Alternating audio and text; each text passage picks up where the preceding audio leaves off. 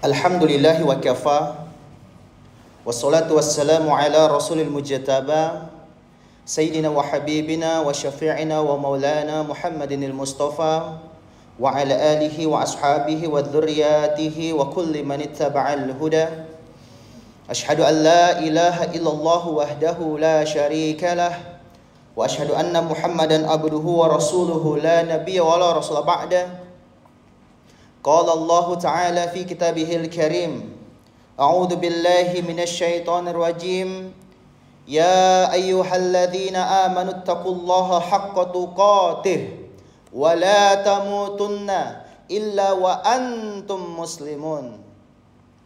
Ma'asyiral muslimin, sidang jamaah Jumat yang dimuliakan oleh Allah Subhanahu wa taala. Ada 3 jenis penyakit yang menimpa kaum muslimin di akhir zaman ini.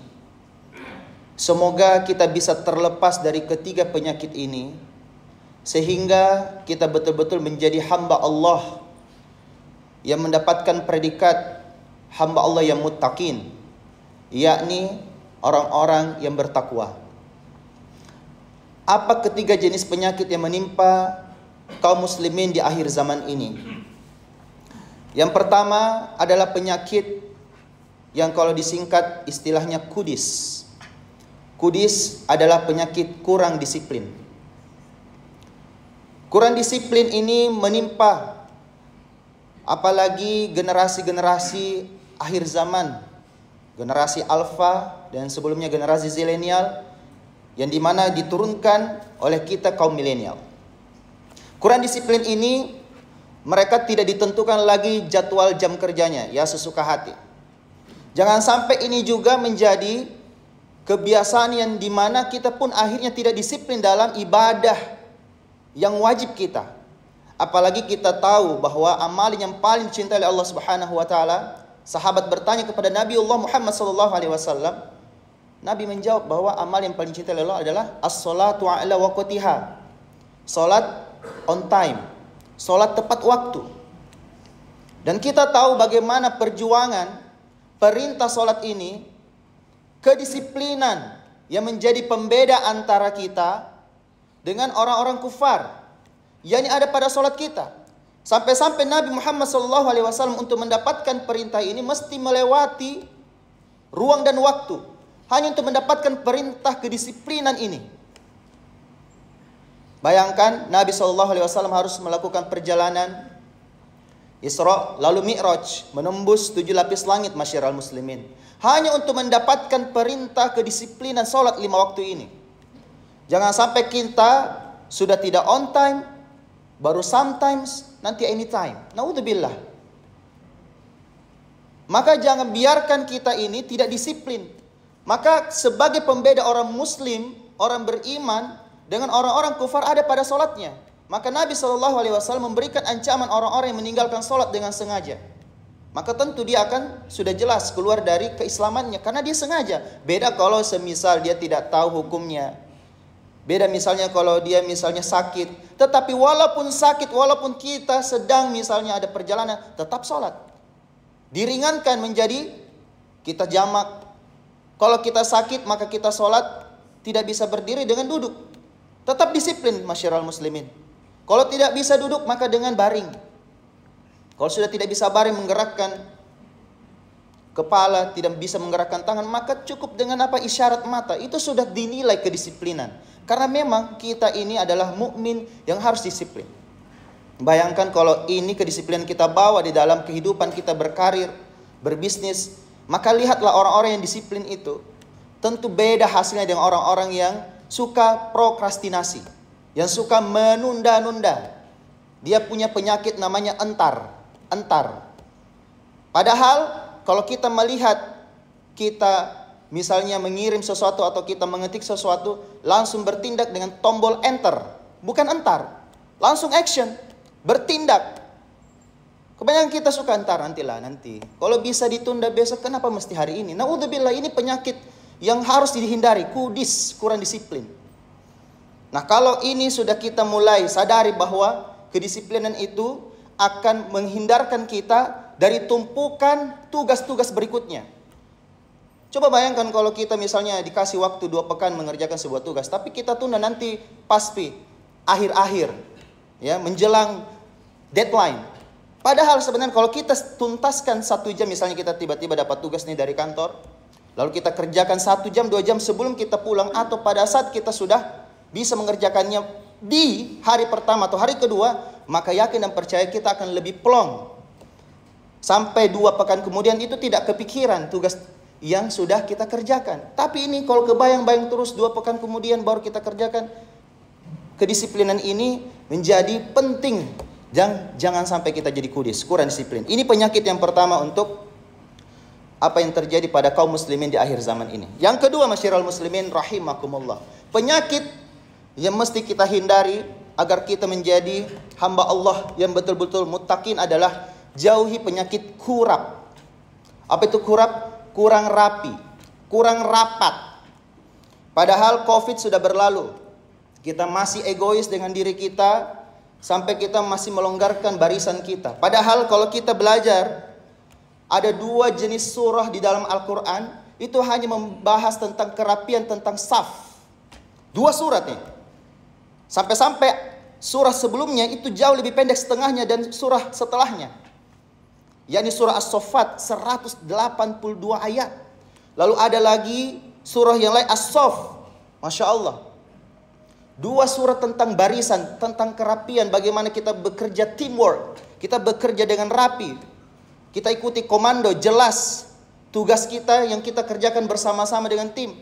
Hanya kadang kita ini kurang rapi. Kita seperti berdiri sendiri bagaikan lidi. Padahal lidi itu akan rapuh kalau sendirian, dipakai untuk membersihkan. Tapi kalau dia bersatu, masyiral muslimin, maka apa yang terjadi? Tentu akan lebih mudah untuk membersihkan, untuk mengerjakan apa yang menjadi tupoksinya. Nah, masyiral muslimin, perhatikan, kalau kaum muslimin itu bersatu bagaikan lidi yang diikat, ya, berbaris-baris rapi, itu masya Allah. Tapi bayangkan kalau dia berserakan. Kalau dia berserakan, mohon maaf, dia bukannya yang menyapu sampah, tapi dia yang malah menjadi sampah. Naudzubillah. Kalau kita lihat itu lidi yang berserakan, maka kita melihatnya seperti sampah. Kita saat ini masyiral muslimin dipecah belah. Dipecah belah kaum munafikin yang sengaja masuk. Apa yang terjadi dengan Umar bin Khattab? Umar bin Khattab itu terbunuh karena ada orang yang memecah belah dari dalam. Orang munafikin yang berpura-pura menjadi seorang mukmin, dan ternyata dia sudah dipercaya dan masuk ke dalam barisan. Naudzubillah. Maka jangan biarkan ada celah masuknya orang-orang munafikin ini di antara kita. Apalagi orang-orang kufar, jelas perbedaannya. Maka kalau kita sampai membiarkan ini, kita tidak rapat, maka kenapa Rasulullah SAW pada saat sholat, dia membalikkan badan untuk menyampaikan kepada seluruh orang-orang yang akan sholat berjamaah, sawwu sufufakum fa inna taswiyatus sufu min tamamis sholah. Kita luruskan, lalu kita rapatkan barisan, karena itu bagian dari kesempurnaan sholat berjamaah. Sudah tidak ada COVID, tidak ada lagi tanda silang X yang menjadi celah dan menjadi pemisah di antara kita. Di alam ruh ini kita berbaris-baris, masyarakat muslimin. Kita ini bersaf-saf. Sampai-sampai Allah Subhanahu wa taala menyampaikan dalam surah As-Saff ayat yang ke-4. Apa kata Allah Subhanahu wa taala firman-Nya? A'udzubillahi minasyaitonirrajim. Innallaha yuhibbunal ladzina yuqatiluna fi sabilihi saffan ka'annahum bunyanun marsus. Masya Allah. Apa yang Allah ingin sampaikan pada kita? Sungguh Allah mencintai orang-orang yang berjihad di jalannya dalam barisan yang teratur. Mereka seakan-akan seperti suatu bangunan yang tersusun kokoh. Saat ini yang terjadi pada saudara kita, yang menimpa saudara kita di Palestina, itu karena kita semua yang dipisahkan oleh mereka yang memberikan kemerdekaan, yang dimana negara ini tidak ada hari kemerdekaannya. Siapa itu? Ya kita tahu sendiri, carilah sejarah. Diberikan kemerdekaan buat kita, tapi malah memisahkan diri kepada saudara kita. Padahal kita sebagai orang beriman, dimanapun mereka berada, dia adalah saudara kita. Bahkan negara yang paling pertama mengakui, salah satunya yang mengakui kemerdekaan kita, kita baru-baru saja merayakan kemerdekaan kita, adalah Palestina, masyarakat muslimin. Jangan lupa untuk menyatukan barisan ini. Kita harus rapi. Jangan sampai kita ini menderita penyakit kurap. Naudzubillah tsumma naudzubillah min dzalik. Lalu penyakit yang ketiga yang menimpa kaum muslimin di akhir zaman ini adalah penyakit kutil. Apa itu kutil? Kurang teliti. Bayangkan, ini sebuah studi kasus yang banyak sekali menimpa kita. Kita ini rasa tidak enakannya terlalu tinggi. Ada yang ngechat kita 5 tahun, 10 tahun tidak pernah ngechat. Teman lama, ketika dia ngechat, kita sudah domba-domba nih. Wah, kayaknya dia betul. Pinjam dulu uangmu bro. Nah ini yang biasa menimpa kita ini. Pinjam dulu uang. Sudah 5 tahun, 10 tahun dia tidak membangun silaturahim. Dia tidak pernah ketemuan. Tiba-tiba ngechat, langsung minta pinjaman. Kita ini orang mukmin tentu mau berbuat baik. Pasti. Tapi kita harus juga teliti masyarakat muslimin. Karena ternyata Allah Subhanahu wa taala menurunkan Al-Qur'an dan ada satu ayat yang terpanjang di dalam Al-Qur'an. Coba kita googling, lalu kita ketik apa ayat terpanjang yang diturunkan oleh Allah Subhanahu wa taala. Terkait apa? Tentang muamalah hutang piutang dengan saudara kita. Bayangkan, hutang piutang menjadi ayat yang terpanjang yang Allah turunkan kepada kita. Jangan sampai kita tidak teliti. Dijanji bilang nanti besok saya bayar. Besok saya bayar. Ingat, besok ini kalau kita orang Jakarta tidak boleh percaya besoknya persis 24 jam kemudian. Tidak masyarakat muslimin. Bisa saja lusa, bisa saja pekan depan, atau bisa saja tahun depan. Bahkan tidak tahu tahun berapa. Sampai-sampai diperjelas tanggal berapa. Diperjelas tanggal 30 Oktober, akhir bulan depan. Bulan Oktober, 30 Oktober. Dia ketiknya 30 Oktober. Tapi tidak jelas tahun berapa. Ini kalau kita tidak teliti masyarakat muslimin, dia punya alasan. Ya 30 Oktobernya kan bisa kapan-kapan. Tahun ini kah, tahun depan kah. Kita harus teliti masyarakat muslimin. Cek bagaimana Allah Subhanahu wa taala mengajarkan kepada kita. Kalau ada orang yang mau melakukan hutang piutang dengan kita, apalagi kalau angkanya sudah di atas standar kita. Bayangkan jangan sampai kita ini malah mengemis uang kita sendiri. Beda kalau sedekah masyarakat muslimin, harus ikhlas. Sedekah itu kita beri lalu lupakan. Itu ikhlas. Ya, beri, lupakan. Tapi kalau ini masyarakat muslimin, beda. Hutang piutang itu harus tercatat. Kita saja melakukan pinjaman di lembaga pembiayaan, itu ada notarisnya, ada orang ketiga. Ternyata dalam Al-Quran itu sudah jelas-jelas, panjang sekali. Kalau dibacakan bahasa Arabnya ini, wah, Masya Allah, panjang sekali. Allah Subhanahu wa taala menyampaikan, wahai orang-orang yang beriman, ya ayyuhalladzina amanu, apabila kamu melakukan hutang piutang untuk waktu yang ditentukan. Nah, ini kalau ada yang menjanji nanti besok waktu yang ditentukan, hendaklah kamu menuliskannya. Ditulis. Dan hendaklah seorang penulis di antaramu menuliskannya dengan benar. Jelas tanggalnya, berapa angkanya. Janganlah penulis menolak untuk menuliskannya. Sampai-sampai tidak boleh itu. Tidak ditulis. Artinya apa harus ditulis? Sebagaimana Allah telah mengajarkan kepadanya. Maka hendaklah dia menulisnya. Dan hendaklah orang yang berhutang itu didiktekan. Apa itu dikte? Dibacakan, disebutkan di pendengarannya. Pasal 1, ayat pertama. Bahwa akan dibayar, itu namanya dikte. Harus sampai disebut, dibaca. Masyarakat muslimin. Dan hendaklah dia bertakwa kepada Allah. Tetap ada perintah untuk menjadi seorang yang muttaqin. Kepada siapa? Kepada Allah Subhanahu wa taala. Dan janganlah dia mengurangi sedikit pun hutang yang akan dibayar. Jika yang berutang itu orang yang kurang akalnya atau lemah, bahkan orang yang misalnya tiba-tiba lupa ingatan, kan ya lupai. Bayangkan, Allah pun sudah catat ini. Karena tahu di akhir zaman itu banyak orang-orang pura-pura lupa. Allah sebutkan nih, orang yang kurang akalnya atau lemah keadaannya atau tidak mampu mendiktekannya sendiri, maka hendaklah walinya mendiktekan dengan benar dan persaksikanlah. Harus ada saksi. Bayangkan, harus ada saksi. Sampai-sampai jelas nih, kalau satu laki-laki boleh atau dua perempuan yang menjadi saksi. Masya Allah. Jadi kita harus teliti masyarakat muslimin. Jangan sampai kita menjadi orang yang tidak enakan. Tidak enakan pada uang sendiri, tidak enakan pada haknya sendiri. Jangan biarkan saudara kita yang berhutang sama kita berdosa. Beda kalau semisalnya Anda mengikhlaskannya, itu lain cerita. Kalau mengikhlaskannya, Masya Allah. Dan satu kabar baik, orang yang memberi piutang, orang yang memberikan hutang, itu pahalanya seperti bersedekah setiap hari pada saat jatuh tempo. Masya Allah, ini hadis riwayat Ahmad yang dijelaskan Rasulullah SAW bahwasanya ketika kita sudah jatuh tempo nih, sudah waktunya bayar, lalu diundur 1 pekan, maka setiap hari selama 1 pekan itu sesuai dengan apa yang disampaikan oleh orang yang berhutang kepada kita, maka setiap harinya kita bersedekah. Kalau kita pinjamkan 1 juta, maka 1 juta per hari sedekah kita, Masya Allah. Maka pahala sedekah itu kalah sebenarnya dengan pahala memberikan piutang. maka harus dianggarkan. Jadi kalau kita memberi piutang masyarakat muslim harus teliti. Kalau kita dapat gaji atau omset dari profit kita ini, net profit berapa, maka Anda harus sisihkan untuk dunia sosial. Sosial ini untuk berbagi, bisa dalam bentuk hutang, bisa dalam bentuk sedekah. Jadi ketika tiba-tiba ada saudara, ada keluarga, ada tetangga yang minta bantuan, sudah ada anggarannya.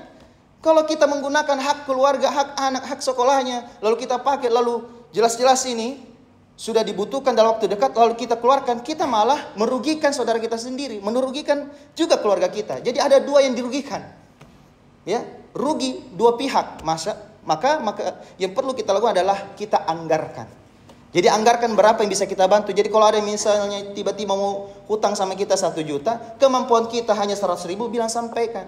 Sampaikan bahwa saat ini saya punya budget untuk membantumu cuma 100 ribu. Tidak apa-apa 100 ribu. Ini kalau kita sudah anggarkan 100 ribu, tiba-tiba dia tidak mampu bayar, dalam hati sudah pelong, biar kapan-kapan supaya dapat ke pahala jatuh temponya. Itu yang Masya Allah. Jadi pahala jatuh temponya yang kita kejar, pahala sedekahnya setiap hari pada saat dia janji. Jadi tetap harus ada bukti chat bahwa dia akan bayar tanggal sekian, bulan sekian, tahun sekian. Tidak perlu jelas jam sekian, karena kalau tengah malam kan mengganggu. Masya Allah.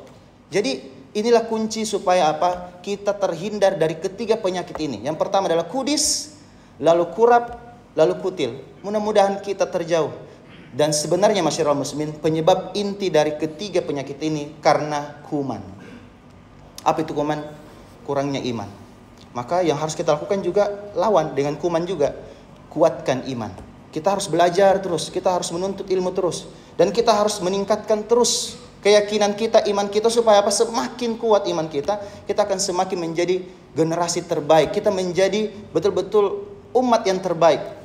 Karena kitalah yang dijanjikan oleh Allah Subhanahu wa taala sebagai umat yang terbaik. Sayangnya kita semua ini menderita penyakit ini. Mudah-mudahan tidak. Mudah-mudahan tidak. Dan kita berdoa kepada Allah Subhanahu wa taala kita semua terjauh dari ketiga penyakit ini. Amin amin ya rabbal alamin. Barakallahu lakum fil Qur'anil Karim wa nafa'ni wa iyyakum fihi minal ayati wa dzikril hakim wa taqabbala minna wa minkum tilawatahu innahu wal ghafurur rahim.